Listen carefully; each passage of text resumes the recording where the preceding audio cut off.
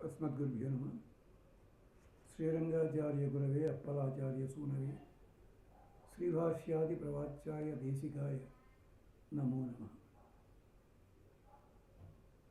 व्यासं वसिष्ठनप्तारं शक्ते पौत्रमकल्मषं పరాశరాత్మజం వందే సుఖదాతం తపోనిధిం. ఒకప్పుడు పల్లెటూళ్ళలో ఉన్న వాళ్ళలో కొంతమంది అతి కష్టపడి మిలిటరీ కానీ మరో దాంట్లో కానీ చేరుతుండేవారు. రకరకాల ఉద్యోగాల్లో కొన్నాళ్ళు పనిచేసి బయటకు వచ్చిన తర్వాత ఇలా ఎందుకు చేరావురా అంటే కొందరు తలతిక్క సమాధానం చెప్పేవారు.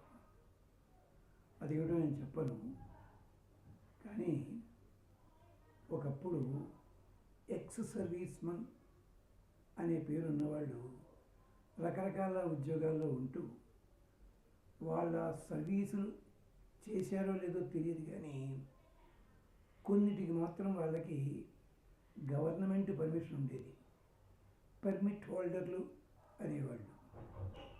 వాళ్ళల్లో కొంతమంది టీచింగ్ ప్రొఫెషన్లో ఉండేవారు, కొంతమంది అకౌంటెంట్లుగా ఉండేవారు. వీళ్ళు పర్మిట్ హోల్డర్లు అంటే పర్మిట్ ఉన్నవాళ్ళని. ఇది 1976 కంటే ముందు సంగతి చెప్తున్నాను, అపార్థం చేసుకోకండి. మాకు ఒక ఇంగ్లీష్ లెక్చరర్ ఒక ఆయన ఉండేవారు. ఆయన సెకండ్ వరల్డ్ వార్ టైంలో పనిచేసి వచ్చిన ఆయన పర్మిట్ హోల్డర్. ఆయన ప్రత్యేకత ఏమిటి అంటే కాలేజీకి వచ్చే ముందు తీర్థం కొంచెం పుచ్చుకుని వచ్చేవారు. అంటే మరి భయంకరంగా ఉండే వాసన కొట్టేది కాదు. మా టైంకి ఆయనకి 58 ఏళ్ళు ఎన్నో ఉన్నాయి. పాఠం మాత్రం చాలా అద్భుతంగా ఉండేది. ఇంగ్లీష్ అద్భుతంగా ఉండేది, చాలా అద్భుతంగా. ఓ రోజున ఆయన పాఠం చెప్తూ రోజు అంత బాగుండలేదు. వాడెవడో కుర్రాడు వెనక నుంచి, ఇవాళ గురువుగారు పుచ్చుకోలేదనుకుంటాను అన్నాడు. అనగానే ఆయన విన్నారు. ఆపి పాఠం అయిపోయిన తర్వాత ఒరే రంగదాసు పిలిచారు. ఇవాళ మా ఇంట్లో తద్దినం ఉంది, ఆ రోజున జాగ్రత్తగా ఉంటాను. నేను ఎక్స్ సర్వీస్మన్ని, పర్మిట్ హోల్డర్ని, అది పుచ్చుకునే అలవాటు ఉంది. అలాగని చెప్పి చెడతాగి రోడ్డు మీద పడిపోతున్నా. నేను కేవలం ఒక పెగ్ కంటే తక్కువ తీసుకుంటాను, నిజమే. కానీ ఒక్కటోరే, దీనికోసమే ఆ వృత్తుల్లో చేరద్దు దయచేసి. ఇలాంటి పని చేయకండి. అంటే బానిసలు కాకండి. నా ఆరోగ్య దృష్ట్యా డాక్టర్ చెప్పాడుగానే తీసుకుంటున్నాను నేను, అంతే. ఏమనుకోవద్దు. రేపటి నుంచి పాఠం మారి. నిజంగా చాలా అద్భుతమైన పాఠం అది. జూలియస్ సీజర్, మ్యాక్బెత్ ఇలాంటివి చెప్పాలంటే ఆయనే. మిల్టన్ చెప్పాలంటే. ఇదంతా ఎందుకు చెప్తున్నానంటే మన భారతీయ సాంప్రదాయంలో యాగాలని వేళాకోళం చేసేవాళ్ళు ఈ బాపతే. ప్రత్యేకించి ఉభయ రాష్ట్రాల్లో కొన్ని ప్రాంతాలు ఉన్నాయి. అక్కడిప్పటికీ కూడా అది నిషేధమని తెలుసున్నా అది లేనిదే బతకలేని వాళ్ళు ఉన్నారు. ఆచారపల్లి అందరూ దురదృష్టం అది. దాంతోపాటు మాంసాహారం కూడా. ఇది యాగంలో ఉన్నది వేరే కారణం చేత. మళ్ళీ ఒక్కసారి మనవి చేసుకుంటున్నాను. సోమరస పానం అన్నది అది మీరు అనుకున్నంతగా విచ్చలవిడిగా కుండలు కుండలు కుండలు తాగేది మాత్రం కాదు. సోమలత దొరకడమే చాలా కష్టం. కొండ ప్రాంతాలలో వెతగ్గా వెతగ్గా వెతగ్గా ఒక 3 జానల పొడుగున్న సోమలత దొరకడమే చాలా కష్టం. ఆ సోమరసాన్ని తీసిన తరువాత దాంట్లో పాలు, తేనె ఇలాంటి పదార్థాలు కలిపి ఆ ఋత్విక్కులు ఎవరున్నారు, దేవతలను ఎవరు ఆహ్వానిస్తున్నారు, ఎలాంటి ఫలితాలు వస్తాయి, వాళ్ళు తీర్థంలా స్వీకరిస్తారు తప్ప చరిత్ర పుస్తకాల్లో రాసినట్టుగా గ్లాసులు గ్లాసులు గ్లాసులు పుచ్చుకునేవాళ్ళు మాత్రం కాదు. దయచేసి భారతీయ సాంప్రదాయం మీద యాగాలంటే తాగుబోతులు అన్నది మాత్రం మీరు మర్చిపోండి. అలా తగలబెట్టిన సాంప్రదాయం వేరే వచ్చింది. వాళ్ళు ఆచమనం చేసేటప్పుడు కూడా అచ్యుత మాధవ కేశవ శబ్దములు పలకరు, వేరే పదాలే పలుకుతారు. అది లేకపోతే వాళ్ళకి ఆ వ్రతాలు చెయ్యలేరు, వాళ్ళ పూజలు చెయ్యలేరు. ఆ పూజలు కూడా ఎప్పుడు చేస్తారో తెలుసునా? రాత్రి 11 తర్వాత చేస్తారు. కానీ కొన్ని పూజలు, కొన్ని వ్రతాలు, కొన్ని యాగాలు చేసేది ఎప్పుడు చేయాలి? ఉదయం పూట చేయాలి, 12 లోపల చేయాలి. అయితే సాయంకాలం చీకటి పడదు. ఎక్కువ నేను మాట్లాడను దయచేసి. ఇదంతా ఎందుకు చెప్పాల్సి వస్తుంది? ఇక్కడ యాగ సంబంధమైన విశేషంలో అర్జునుడు సంవత్సరం పాటు పేడిగా ఉన్నవాడు, యుద్ధం వచ్చింది, అది కూడా కౌరవులతో అనగానే పాండవులు పక్కకి వెళ్ళిపోయారు. అప్పుడే వెళ్ళొచ్చును, కానీ పెద్ద పట్టించుకోలే. వచ్చినవాడు సుశర్మ వదిలిపారే మనకి. కానీ కౌరవులు వచ్చారని తెలిసేసరికి ఉండబట్టలేకపోయాడు.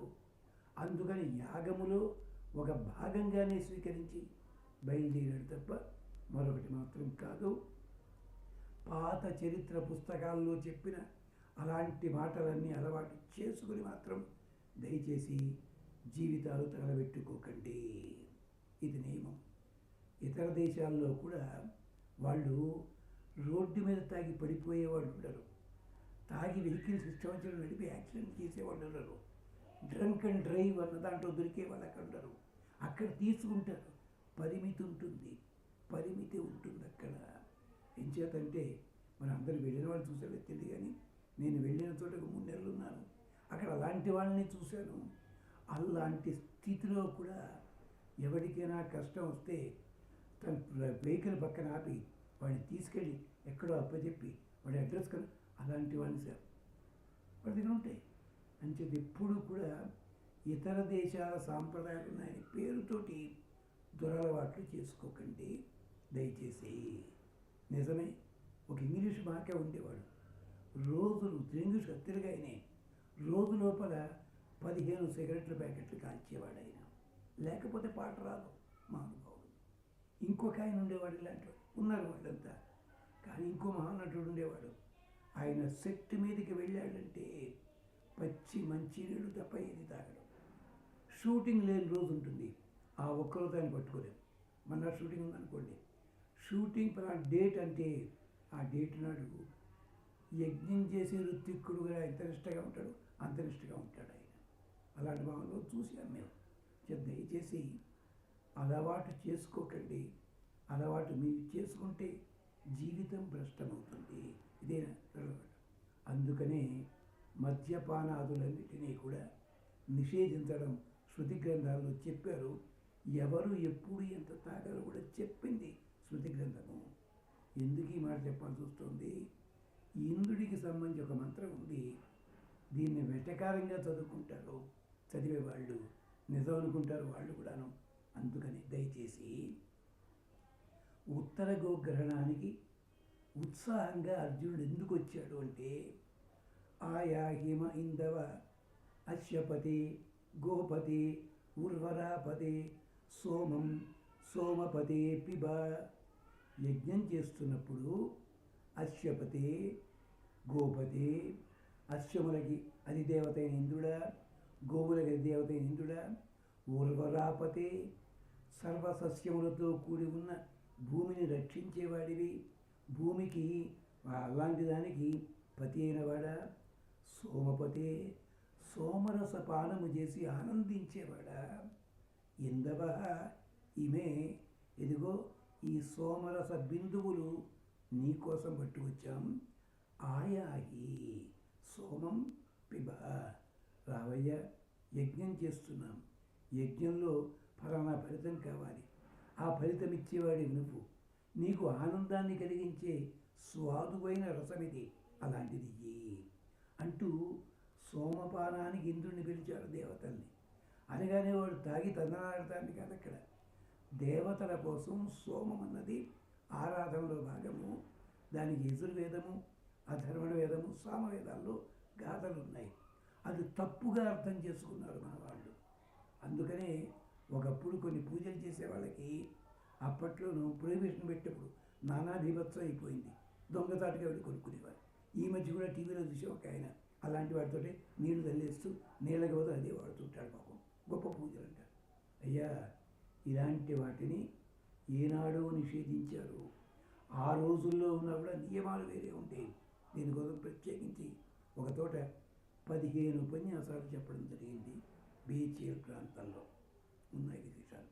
దయచేసి దాని అర్థం అది కాదు. సోమరసానికి ఎంత వెర్రి ఎందుకు అంటే, యుద్ధరంగానికి వెళ్ళేటప్పుడు మనసు లోపల ఉన్నా లేకపోయినా చేతలో క్రౌర్యం చూపించాలి. ఆ శత్రువు దుష్టుడైన తత్వాన్ని గమనించగలిగి ఉండాలి. అలాంటి వాడిని వధించాలి. అక్కడ అది అవసరం. అలాగే టీఆర్జీల్లో ఉరి తీసేవాడు ఉంటాడు. వాడు మామూలుగా చేయలేడు, ఉరి తీయలేడు. ఉరి తీయాల్సి వచ్చిన రోజు ఉన్నప్పుడు డ్యూటీ పెట్టినప్పుడు ముందు రోజున వాడికి ఎలాంటి ఇస్తారో చూడండి. తర్వాత మళ్ళీ అలాంటి ఉండవు వాడికి, అంతే. అది అక్కడిక్కడ అయిపోతుంది. ఇవన్నమాట.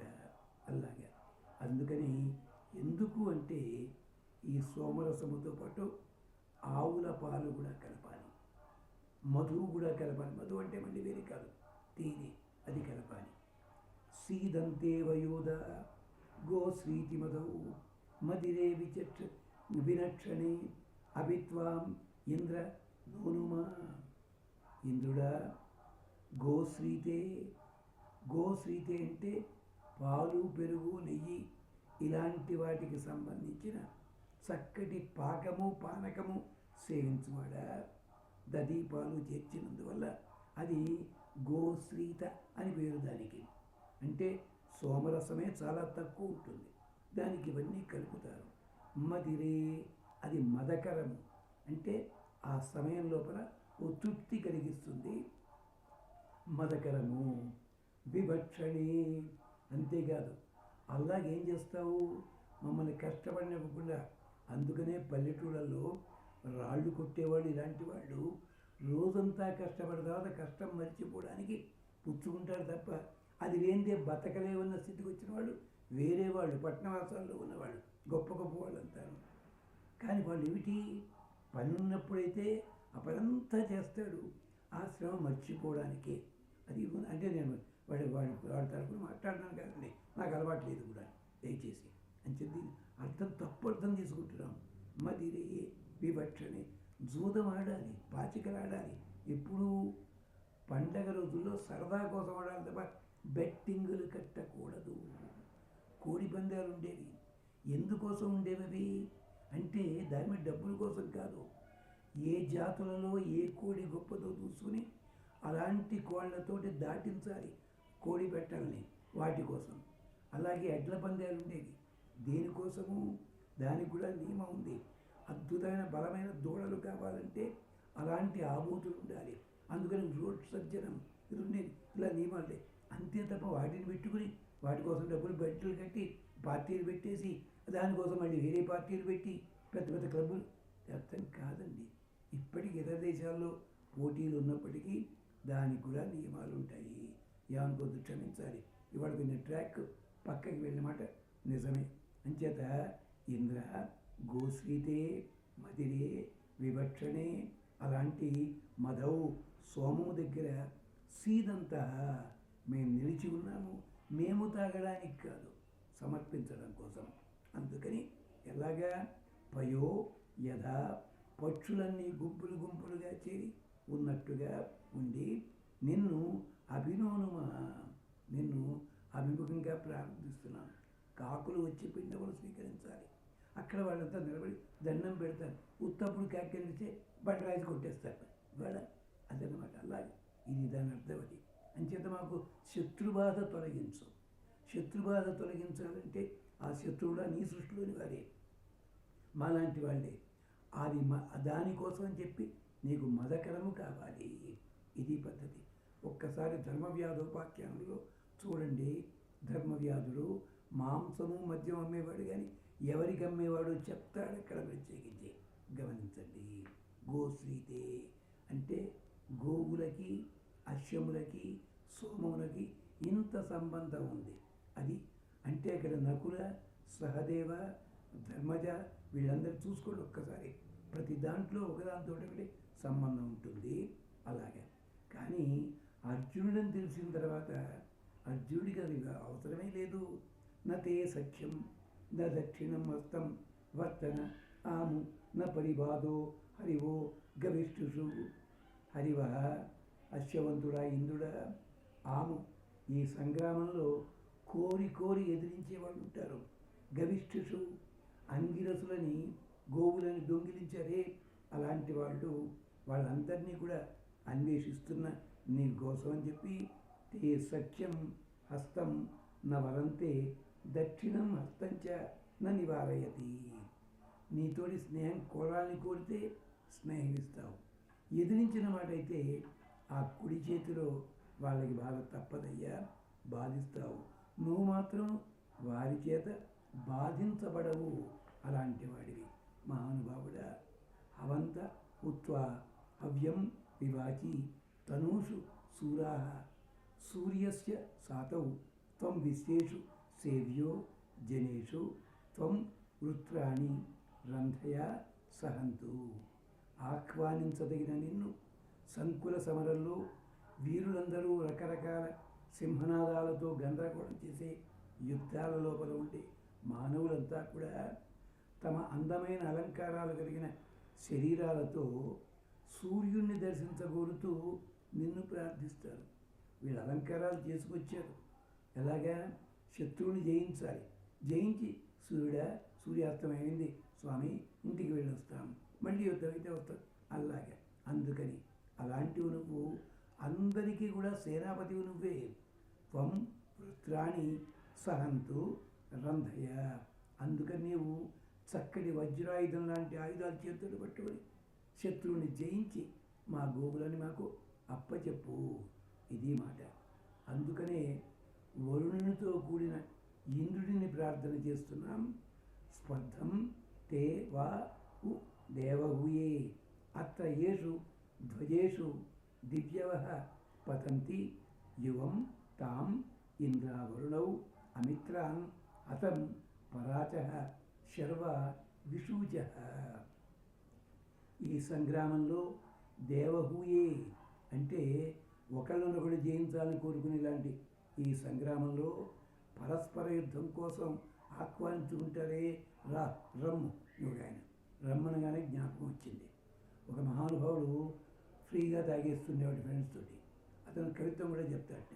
ఒక ఆయన పందెం వేసాట, నీకు 4 పదాలు ఇస్తాను, నువ్వు మహాభారతంలో సన్నివేశం చెప్పమన్నట్ట. ఏమిటి అది? అష్టావధానం లాంటిది అనమాట.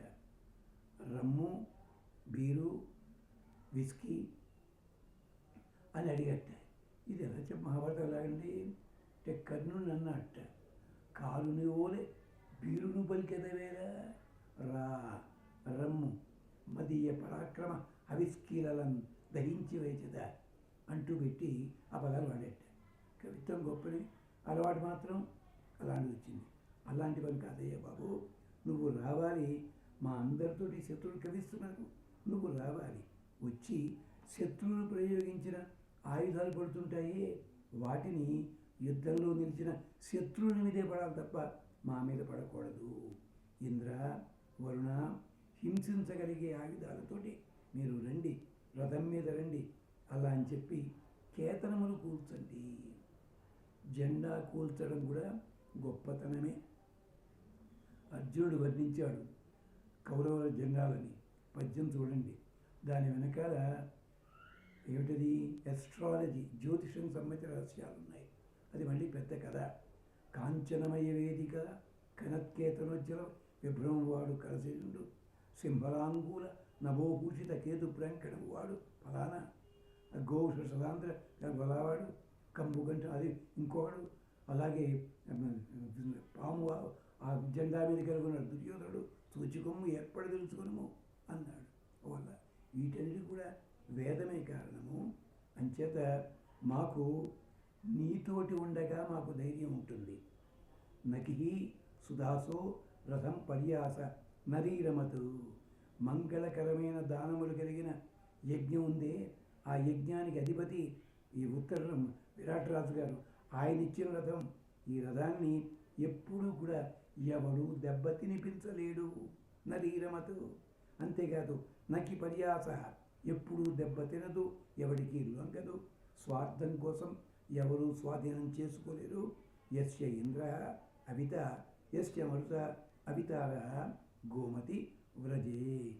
గోవుల సంఘాలన్నిటి కోసం వచ్చాడు.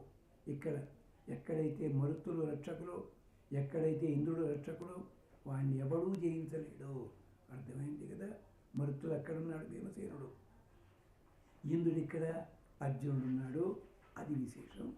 ఇవాళ ఈ భాగంలో కొంచెం అధిక ప్రసంగమే చేయడం జరిగింది. ఎందుకంటే దయచేసి సోమరసపానాన్ని తక్కువగా పెట్టుకోకండి, దుర్లక్షణంగా మార్చుకోకండి, అలవాటుగా పెట్టుకోకండి. అది కాదు దాని అర్థము. అది విశేషం. ఇలాగా కవులలో లక్షణాలు ఉండేవి. ఒక ఆయన ఉండేవాడు, ఇంట్లో పిల్లిని పెంచుకునేవాడు. ఆ పిల్లిని గిల్లుతుండేవాడు. ఆ మ్యావ్ మ్యావ్ మ్యావ్ అరుస్తుంటే ఆయన కవిత్వం గుర్తుకొచ్చేది. ఇంకొక ఆయన ఉండేవాడు, పెన్సిల్ ఎక్కుతూ కూర్చునేవాడు. 20 పెన్సిల్ ఎక్కేవాడు. అప్పుడు కవిత్వానికి ఐడియా వచ్చేది. ఇలా ఉండేది. ఒకప్పుడు జ్యోతి మాసపత్రికలో మన ప్రాచీన కవుల అలవాట్లోని వ్యాసం పడింది. ఆ వ్యాసం అయిపోయింది, పోయింది, కటింగ్ దాచుకున్నాను నేను. అది జ్యోతి మాసపత్రిక 67